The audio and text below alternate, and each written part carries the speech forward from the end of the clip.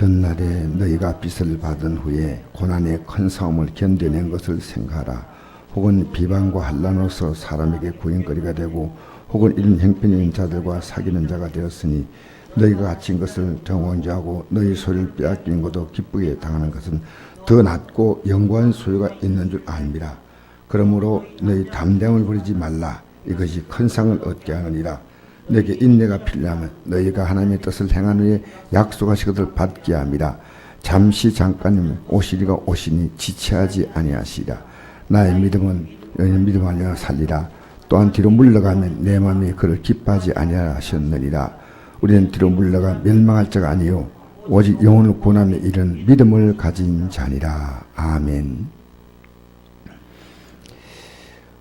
우리가 믿음을 가지고 산다는 것은 반드시 고난이 옵니다. 왜냐하면 이 믿음을 빼앗아 버리면 마귀는 대성공이고 우리는 영적으로 가장 실패한 자가 됩니다. 아무리 어렵고 힘들더라도 지금 내가 무엇을 믿고 있는가, 무엇을 바라보고 있는가, 이것을 놓치면 안 됩니다. 그래서 예수님 당시에 종교인들이 예수님이 하시는 것마다 하나하나씩 전부 그 목을 지키면서 예수님이 비난하고 할 때 이렇게 예수님께서 말씀했습니다. 너희가 하루살이를 걸러내고 약대를 삼킨다 그랬습니다. 정말 우리가 중요한 것이 뭐냐? 우리 정말 중요한 것이 뭐냐? 그래서 우리가 하나님께 나아가는 것은 하나님이 어떤 분인가? 내게 무엇을 주시는가? 여기에 대해서 우리가 영적인 그 가치에 대한 판단 기준이 흔들리면 안 됩니다. 그래서 교회도 그 가치 기준을 따라서 어떻게 하면 이 성도들이 믿음이 자랄까? 믿음. 마귀는 우리 믿음을 빼앗으려고 공격하지만 하나님은 그걸 통해서 우리의 믿음을 세워주시는 겁니다. 욥 보십시오. 욥의 모든 소유를 다 빼앗으면 하나님을 원망한다, 하나님을 떠날 것이다 했지 않습니까? 마귀는 그렇게 해서 욥을 공격합니다. 자녀도 빼앗아가고 재물도 빼앗아가고 다 빼앗아가지만은 그 이럴 때 욥은 굉장히 힘들어하죠. 너무 힘들어하니까 머리털을 다 밀어버렸습니다. 근데 하나님께 원망하지 않았습니다. 내가 믿음을 하나 잃으면 다 잃는 것이다. 여러분이 믿음을 갖는다는 것은 그 믿음 안에 우리는 하늘과 땅을 지으신 창조주 하나님, 그분의 전 존재가 우리 믿음이에요. 우리 믿음을 통해서 하나님의 전 존재를 붙잡는 겁니다. 그런데 마귀는 우리 믿음을 빼앗는데 모든 것을 사활을 겁니다. 사활. 마귀는 우리 믿음을 빼앗는 거예요. 우리는 어떤 의미에서는 이 믿음을 위한 싸움이에요. 믿음을 빼앗기느냐, 이 믿음을 붙잡고 끝까지 승리하느냐, 이것이 영적 싸움이에요. 우리 안에서 영의 사람인 우리가 있고 육의 사람이 있지 않습니까? 영의 사람은 육의 사람에게 계속 이 유혹을 당합니다. 사실 날씨가 좀 더워지면 우리가 예배당 나가는데도 문제가 있죠. 이렇게 더운데 육의 사람은 그렇게 말하죠. 여러분 30절 보니까 이런 말씀이 있습니다. 전날에 너희가 빚을 받은 후, 이것은 내가 하나님이 생명의 빚, 구원의 빚을 받은 후에 고난의 큰 싸움을 견뎌낸 걸 생각하라. 이 빚을 받은 다음에 다가오는 것이 뭐냐면 고난의 큰 싸움이었습니다. 큰 싸움. 그냥 이 믿음을 무너뜨리는 싸움입니다.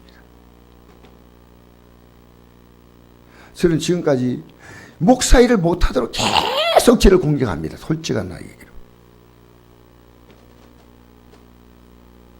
정말 제가 이 믿음을 안 붙들었다면요, 저는 천국교회 와가지고 얼마 있지 않아서 이 목회를 아마 그만두었을 거예요. 이 영적 싸움이에요. 영적 싸움. 가장 가까운 가족을 통해서, 가장 가까운 동료를 통해서, 나 자신 속에서 끊임없이 영적 싸움이 계속되는 겁니다. 여러분 영적 싸움을 싸우고 있다면 여러분 정상이에요. 그게 비정상이 아니에요. 그러나 여러분 이 믿음 빼앗기면 안 됩니다. 도둑이 와서 다 가져가도 여러분 믿음을 빼앗기는 일은 있으면 안 됩니다. 다른 건 다 빼앗기고 건강 빼앗기고 생명 빼앗기봐야 천국 가는 거지. 믿음은 빼앗기면 안 돼요. 믿음 빼앗기기 위해서 때로는 내가 친한 사람을 통해서 개입하기도 하고 달콤하게 믿음을 빼앗고 아주 기분 나쁘게 믿음 빼앗고 달콤한 유혹도 있고요. 기분 나쁜 유혹도 있습니다. 이거 이겨야 돼요. 이겨야 돼요. 그래서 고난의 큰 싸움이란 것은 이 빚을 받은 것, 이 빚을 잃게 만드는 거죠. 견뎌냈다는 거죠. 잘 견뎌냈는데, 잘 견뎠는데 또 고난이 오는 거죠. 이 믿음. 33절 혹은 비방과 환난으로서 사람에게 구린거리가 되고. 여러분 살면서 믿음 생활에 제일 힘든 것은요, 비방받는 것과 환난받는 것과 사람들이 나를 조롱하는 비방거리가 되는 거예요. 그리고 또 이런 형편이 있는 자를 사귀는 자가 되었다. 여러분 사람은요, 좋은 형편이 있는 사람을 사귀려고 하죠. 이런 핍박과 고난을 당한 사람. 근데 그런 사람을 우리는 사귀어서 그 믿음이 안 흔들리도록 도와주는 겁니다. 34절 너희 갇힌 자를 동정하고, 이것은 갇힌 자를 동정한다 이 말은 그 당시에 예수 믿기 때문에 갇힌 자가 많았습니다. 동정하고, 그 다음에 너희 소유를 빼앗기는 것도 소유를 빼앗긴다는 겁니다. 믿는 것이 그렇게 호락호락한 문제가 아니고, 우리 믿음을 빼앗을 수 있도록 모든 방법을 다 동원해서 마귀는 우는 사슴 들어다니며 삼킬 자를 찾나니 너희는 믿음을 굳게 해서 저를 대적하라. 여러분 마음에 굳은 결심하지 않으면 안 됩니다. 어떤 유혹이 와도, 어떤 핍박이 와도 내 믿음 안 흔들 뻔해야 상대 믿음을 흔들면 안 됩니다. 여러분 믿음이 흔들리면요, 나만 흔드는 게 아니고 다른 사람 믿음까지 흔들어 버립니다. 믿음 살아가면서요, 내가 아무리 피해봐도 저 사람 믿음을 흔들면 안 되겠다. 저 사람 믿음을 흔들면 안 되겠다. 믿음의 공격을 받습니다. 여러분 가장 중요한 자원은 도둑질 당하는 게 아닙니다. 여러분이 여러분 안에 간직하고 있는 겁니다. 밖에 있는 것은 없을 수 있죠. 그건 중요한 게 아니에요. 진짜 중요한 것은 내 안에 있는 겁니다.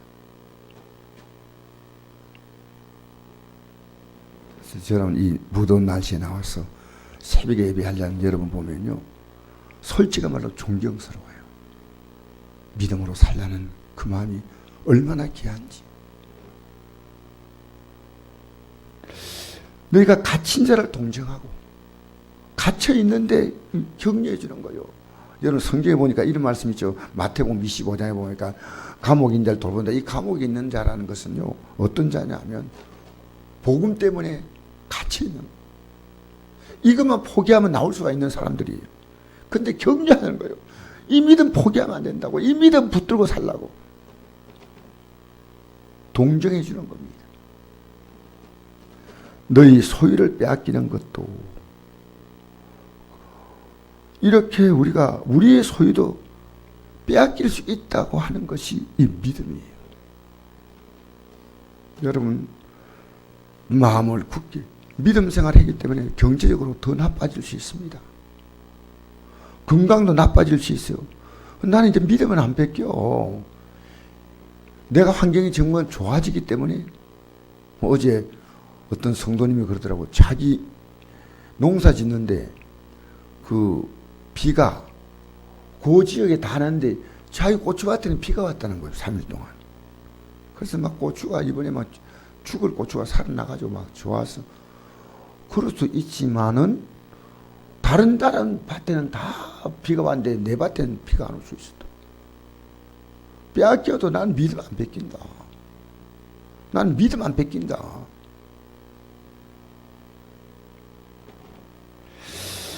더 낫고 영구한 소유가 있는 줄 압니다. 여러분 이거 잊지 마십시오. 소유를 빼앗기는 것도 기쁘게 당한 것은 근데 기뻐하는 거 오히려. 그런데 왜 그러냐면 이거 잃어도 나는 잃지 않아. 진짜 더 낫고 영구한 소유가 있는 줄 압니다. 할렐루야. 이거 바라보고 나오잖아요. 그래서 여러분 믿음은요 솔직한 어느 상태까지 가면 여러분의 마음이 어떤 각오를 하냐면요 나는 목숨을 내놓고 이 믿음의 길을 간다. 적어도 이 각오를 여러분의 마음속에 굳게 정해야 됩니다. 뭐 설렁설렁 아이 뭐 할렐루야 하고 막 환경 좋으니까 믿음을 산 이게 아니고요. 나는 내 이 믿음을 목숨과도 바꾼다. 이렇게 우리가 이 믿음에 대해서 정의를 내려야 됩니다. 결단해야 됩니다. 그래서 어제 세례 줄 때 그 세례물이 얼마나 차온지 어제 뭐 안동댐에 뭐 수문을 열어가지고 물이 나가니까 그 수문 그 갇혀있던 물이 나오니까 밑에 물이요 이 얼음장이에요. 얼음장. 이빨이 딱딱딱 부딪힐 만큼 그래 찬물이었어요. 그런데 세례받는 사람이 목사님 정신이 번쩍 듭니다. 정신이 번쩍. 진짜 세례받으려고 하면 막 얼음 깨고 들어갔다 나오면 정신이 번쩍 들려. 진짜 저는 그래 세례 준 적이 있어요. 저가 너무 추워가지고 저는 못 들어가겠어요. 근데 결혼 앞두고 그래서 저는 발목만 적시고 그 사람 보고 몸 들어가라고. 그런데 그 사람이 막 얼음 물속에 들어갔다 나오더니 이러더라고. 그때 기억이 나요. 그때 11월 그때 1월 달인가 뭐 2월 달인가 모르겠습니다. 저건 여러분은 모든 행동을 할 때 이 말이 이 행동이 상대에게 믿음의 유익을 주는가 안 주는가 이것을 굉장히 생각을 해야 됩니다. 이 말 함으로 믿음의 도움을 주는가 안 주는가 이게 너무너무 중요한 겁니다. 믿음을 무너뜨릴 것 같으면요 하면 안 돼요. 믿음을 세울 수 있다면 해야 됩니다. 그래서 기독교는 이 성전이란 개념 자체가 예수님이 십자가에 못 박히고 돌아가시고 난 다음에는 이 개념 자체가 사실은 어떻게 바뀌냐면 우리 심령이 성전입니다. 예루살렘 성전은 역사에 사라졌고 우리가 지금 예배드리는 이 예배는 성전이 아니고 예배당이라는 개념입니다. 성전은 예수님 모시고 있는 우리 몸이 성전입니다. 그래서 성령이 우리 안에 거하신다. 그렇게 말합니다. 여러분 그래서 35절에 그러므로 너희 담대함을 버리지 말라. 이것이 큰 상을 얻게 하느냐. 여러분 어떤 일 만나도 담대하십시오. 여러분이 마음을요 굳게 정해야 됩니다. 헐렁하게 생각하면요 우리는요 이 세상이 들어올 때 이것을 막아내지를 못합니다. 이 세상이 우리에게 들어올 때요 담대하다. 이것이 어떤 경우도 나는 예배는 양보하지 않는다. 나는 하나님 말씀에서 내 뒤로 물러가자. 또 실패해도 또다시 회개하고 또 출발하는 겁니다. 어제 세례에 대해서 한 분이 이렇게 묻더라고요. 목사님 매일 회개만 하면 됩니까? 이러더라고요. 세례 받는 분이 물어요. 그래서 회개를 습관적으로 할 바에 회개는 할 필요가 없다. 회개했다면 이렇게 살지 않도록 애쓰고 기도하면 성령께서 우리의 연약함을 도와주신다. 그래서 매일 부부 싸움하는 가정이 회개하고 나면 싸움하지만은 4월에 한 번, 5에 한 번 이렇게 나가야지. 매일 하고 또 다음날 또 부부 싸움하고 이렇게 알아듣더라고요. 여러분, 큰 상을 얻습니다. 사람이 주는 상이 아니에요. 영구한 소유가, 영구한 우리에게 영광이 있습니다. 그래서 우리는 하루살이와 약대를 구분할 줄 알아야 됩니다. 저는 아침에 딱 일어나서 오늘 전하려고 하니까요, 이 세상에는요, 하루살이 같이 아무것도 아닌 것은 걸러내고 약대를 삼킨다. 진짜 중요한 것이 뭐냐? 언제나 우리가 영적인 이 분별력을 가지고 살아야 된다. 내가 다른 사람 믿음을 세우는 것이냐 허무는 것이냐, 이게 너무 중요한 겁니다. 저는 선곡교회가 평안한 교회가 되기를 원한다는 건 뭔지 아십니까? 믿음의 내용은 모두에게 평안을 주는 겁니다. 변화 누가 시키냐? 주님이 시켜요. 주님이 시켜요. 사람은 주님이 변화시켜요. 그래서 예수님이 이 땅에 오실 때 천사들이 노래했죠. 지극히 높은 곳에는 하나님께 영광이요, 땅에서는 하나님이 기뻐하심을 입은 사람들 중에 평하다. 어떤 사람이 하나님 기뻐하심이 있습니까? 히브리 11장 6절 한번 읽어볼까요? 11장 6절 시작. 믿음이 없이는 하나님을 기쁘시게 하지 못하나니 하나님께 나아간 자는 반드시 그가 계신 것과 또한 그가 자기를 찾는 자들에게 상 주신 심을 믿어야 할지라. 할렐루야. 하나님이 우리를 기뻐하는 것은 믿음 하나입니다. 그 믿음을 갖는 자는 무엇이 오냐면 평안이 옵니다. 그래서 하나님이 기뻐하시면 사람들은 이 땅에 살면서 평안입니다. 평안. 하나님의 마음에 평안을 주셔요. 그 어떤 일도 막 불안하고 분분하고 이건요, 하나님의 역사가 아니에요. 자, 36절 말씀. 너에게 인내가 필요하면 조금 어려움이 와도 기다려야 됩니다. 인내가 필요하면 너희가 하나님의 뜻을 행한 후에 약속하신 것을 받기 위함이라. 할렐루야. 인내가 필요합니다. 많이 여러분 참아야 됩니다. 정말 이거 저는 말로 표현 못합니다. 한나라 갈 때까지요, 많이 참아야 합니다. 여러분 정말 좁은 길이 되어야 됩니다. 내가 편한 예수님은 없습니다. 넓은 길은 없습니다. 좁은 길입니다. 좁은 길. 인내가 필요합니다. 37절, 38절 우리 읽겠습니다. 같이 시작. 잠시 잠깐 후면 오시리가 오시니 지체하지 아니하시이다. 나의 의는 믿음 말미암아 살리라. 또한 뒤로 물러가면 내 마음이 그를 기뻐하지 아니하리라 하셨느니라. 할렐루야. 여러분, 잠시 잠깐 후면 우리의 삶 가운데 그 응답을 가지고, 그 아름다운 것을 가지고 오실 분이 있습니다. 그 뒤로 어떤 일을 만나도 우리는 불행도 믿음의 속도를 붙이고, 잘 돼도 믿음의 속도 붙이고, 못 돼도 믿음의 속도 붙이고. 그래서 우리가요, 고난은 신앙의 밥이에요. 절대로 고난 없는 믿음은 없습니다. 여러분의 믿음이요, 왜 십자가 길입니까? 우리도 지어야 됩니다. 주님이 지신 십자가는 우리를 용서하기 위한 십자가예요. 우리를 하나님의 아들로 세우기 위한 십자가예요.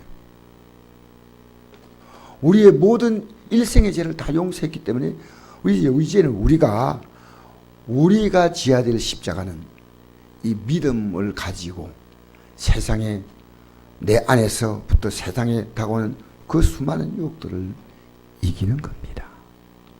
그게 십자가의 길이에요. 목사가 십자가의 길을 걷지 못한다. 목사 아니에요. 교회가 커지면요, 목사님이 십자가 길 걸을 게 적어져요. 저는 적은 교회야. 제가 할 일이 많습니다. 해도 뭐 칭찬받는 것도 아니고, 하지만 주 주님이 아신다고 말이에요. 내가 모든 일 할 때 내 중심이 뭐냐는 거야. 중심이. 그 주님만 아셔. 여러분 중심이 뭐예요? 주님. 주님 아셔요. 할렐루야. 그래서 여러분 뒤로 물러가는 것은 내가 과거에 살았던 세상으로 가는 겁니다. 물러가면 절대 안 돼요. 39절 말씀 같이 읽고 마무리합시다. 시작. 우리는 뒤로 물러가 멸망할 자가 아니요 오직 영원을 구원함에 이르는 믿음을 가진 자니라. 여러분 믿음을 갖고 있지만 뒤로 물러갈 수 있는 수많은 유혹이 있다는 겁니다. 뒤로 물러간다. 여러분이 상대의 신앙을 함부로 평가하지 마십시오. 때로 넘어져도 또 일어납니다. 예수님은 베드로가 배신할 걸 알고 내가 널리 기도한다. 너는 회복된 다음에 내 형제들의 믿음을 굳게 세워주라. 너 배신할 거 내가 알아. 죽어도 주를 부인하지만 아니야. 너 잠깐 배신해. 그러나 너는 내가 널리 기도하니까 절대로 믿음을 다시 세워서 너 형제들의 믿음을 굳게 해주라. 이게 주님 부탁이었습니다. 여러분 어쩌면 우리의 남은 생애가요 내 믿음 지키고 다른 사람 믿음을 붙잡아주는 이것이 우리가 살아갈 삶이에요. 세상에는 큰 믿음이 흔들흔들한 사람 흔들면요 툭 넘어져 버려요. 흔들흔들 잡으면 잡히는데요 딱 건들면요 툭 넘어가 버려요. 그런 사람 많습니다. 믿음을 세워주세요. 할렐루야. 여러분 오늘 이 아침에 다시 한번 각오합시다. 제가 핍박 없고 어려움이 없다고요? 이게 제가 정상의 길인 걸 느낍니다. 아, 나는 십자가 길을 가고 있구나. 감사합니다. 오해받을 수 있고요. 사람들이 인정하지 않을 때 됩니다. 주님 알면 되잖아요. 주님 알면. 우리가 사람들 앞에서 나팔 불고 다 하면요. 자기 상 팔 게 어디 있겠어요.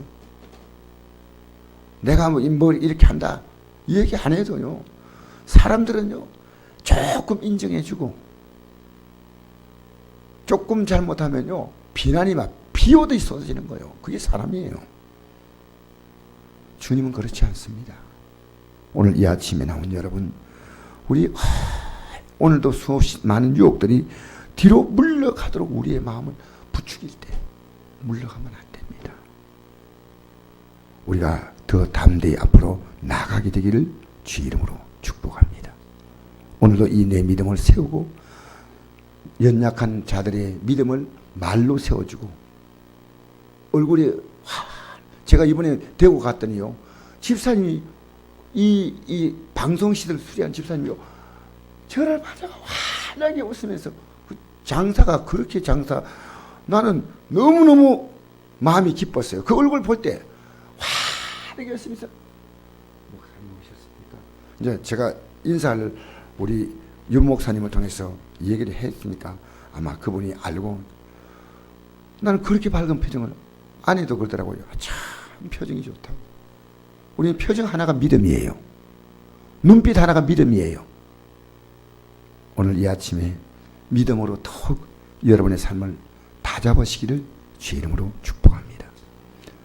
좋으신 아버지 하나님